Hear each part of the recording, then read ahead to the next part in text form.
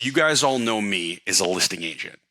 It's not that I don't want to show houses and get out of it. It's a time thing. It basically comes down to sheer amount of time. Is I basically work between 7 and 4 o'clock on a daily basis because I have children. I want to spend time with my kids. And between taekwondo and dance class and coding school, there's just not enough time in the day. And it's only myself and my wife. So we got 3 kids, so we got to drive them around all over the place. So what I found when it comes to working with buyers, like keep in mind, I'm not an idiot. Okay, I'm not an idiot. If there's a hot buyer that wants to look at one property or a super good past client, I will take them out and work with them. But for everybody else that comes in, the buyer leads that come in off of the Z word or ones that come in off of, I don't know, like a marketing plan that you've done. What I found works really well is go to your office, use your office as a resource. My suggestion is you find the top producing team or the top producing person in that office to be able to refer those deals out to them.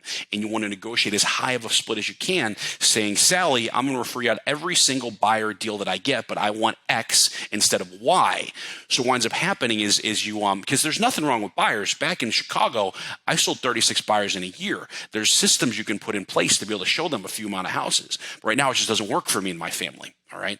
But find that top producing agent that you work with there and refer them out to them. Let them do the work for you and take that referral fee. And what will happen is your time will open up so much more and you have the ability to sell 753 listings in a year.